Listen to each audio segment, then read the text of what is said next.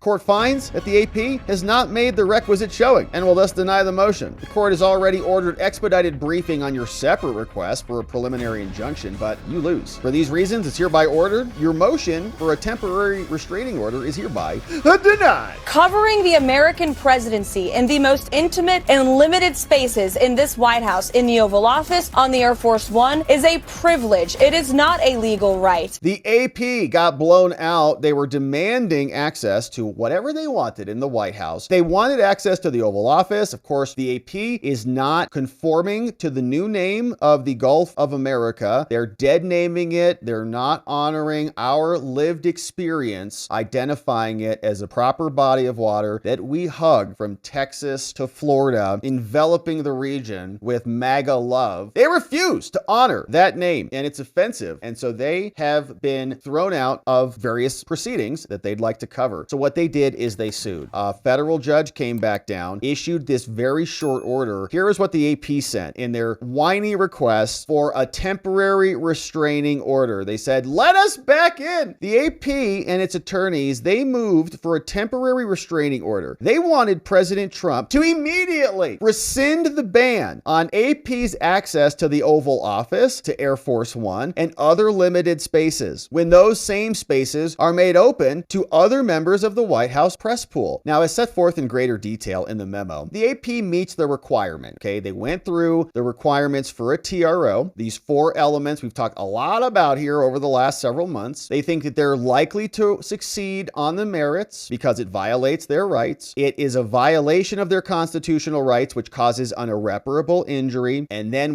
they mashed these 2 elements into just one, but you balance the equities and public interest. They say, Your Honor, we're harmed. It's harming our First Amendment rights. We're going to win. It's an irreparable injury. The public wants us in there. And it's only fair that you shove us back into Trump's Oval Office, since we're shoving special counsels back in. We're shoving Merit Service Protection Board individuals back in. But it's nonstop. They say, so shove the AP back in, Judge. The AP respectfully request our motion be granted and a restraining order requiring Trump to immediately rescind the ban to Oval, Air Force One, and other places. Make it happen, Judge. Signed by J. Ward Brown, working for Ballard Spahr out of Washington, D.C. and New York. So they sent that in, and the judge really didn't even care. Judge said, all right, listen here. The plaintiff, the Associated Press, moved for a temporary restraining order against the defendants, which are various White House officials, saying the AP asks the court to prevent the White House officials from, quote, limiting its, quote, access to the Oval Office, Air Force One, and other limited spaces. Saying, a party seeking a TRO must make a clear showing on these 4 factors, that when taken together, that they deserve relief. It's got to be likely that they'll win on the merits, that there will be irreparable harm, that they're going to balance the equities, and it's in the public interest, right? Now, the court has considered each of these 4 factors in lights of your briefs and the arguments presented by each side. Guess what? Court finds that the AP has not made the requisite showing and will thus deny the motion. The court has already ordered expedited briefing on your separate request for a preliminary injunction, but you lose. For these reasons, it's hereby ordered. Your motion for a temporary restraining order is hereby denied. Signed by Trevor McFadden in a very short opinion, perhaps one of the shortest opinions we've read on these issues, not even entertaining it. Here is what Caroline Levitt had to say in the aftermath of that. The winning continues here at the White House every day. Today, a federal judge right here in Washington, D.C. denied the Associated Press's emergency request for a temporary restraining order to restore their privilege of returning to the White House press pool. And the judge's denial of the Associated Press's request reinforces what I said from the podium last week and what President Trump has been saying. Covering the American presidency in the most intimate and limited spaces in this White House, in the Oval Office, on the Air Force One, is a privilege. It is not a legal right. And we want all voices to have that opportunity. And that's why we've expanded the James S. Brady briefing room to invite truly legitimate, independent journalists, podcasters, and other media types into that room to cover this president with honesty and accuracy and with real mindfulness of what the American people actually care about. We're waiting for our official invitation, Caroline. Whenever you get to it, we'll be looking forward to seeing that one in our email inbox. She also shared this today, speaking about those White House correspondents associates that like to sniff each other at that association party, or they laugh at their terrible jokes. They got told today, here's what it sounded like. As you all know, for decades, a group of of DC-based journalists, the White House Correspondents Association, has long dictated which journalists get to ask questions of the President of the United States in these most intimate spaces. Not anymore. I am proud to announce that we are going to give the power back to the people who read your papers, who watch your television shows, and who listen to your radio stations. Moving forward, the White House press pool will be determined by the White House press team. Legacy outlets who have participated in the press pool for decades will still be allowed to join. Fear not, but we will also be offering the privilege to well-deserving outlets who have never been allowed to share in this awesome responsibility. Nice. Just like we added a new media seat in this briefing room, legacy media outlets who have been here for years will still participate in the pool, but new voices are going to be welcomed in as well. As part of these changes, we will continue the rotation amongst the 5 major television networks to ensure the president's remarks are heard far and wide around this world. We will add additional streaming services which reach different audiences than traditional cable and broadcast. This is the ever-changing landscape of the media in the United States today. We will continue to rotate a print pooler who has the great responsibility of quickly transcribing the president's remarks and disseminating them to the rest of the world. And we will add outlets to the print pool rotation who have long been denied the privilege to partake in this experience but are committed to covering this White House beat. We will continue to rotate a radio pooler and add other radio hosts who have been denied access, especially local radio hosts who serve as the heartbeat of our country. And we will add additional outlets and reporters who are well suited to cover the news of the day and ask substantive questions of the President of the United States depending on the news he is making on that given day. All right, so Caroline Levitt explaining major media shakeup there in Washington, D.C. AP, very simple. Just report the truth and we'll let you back in. We don't want news agencies that spread misinformation and disinformation and can't even get the basic, simple facts right. It's Gulf of America. Once you change your official naming conventions, we'll welcome you right back in. But until then, you're banned.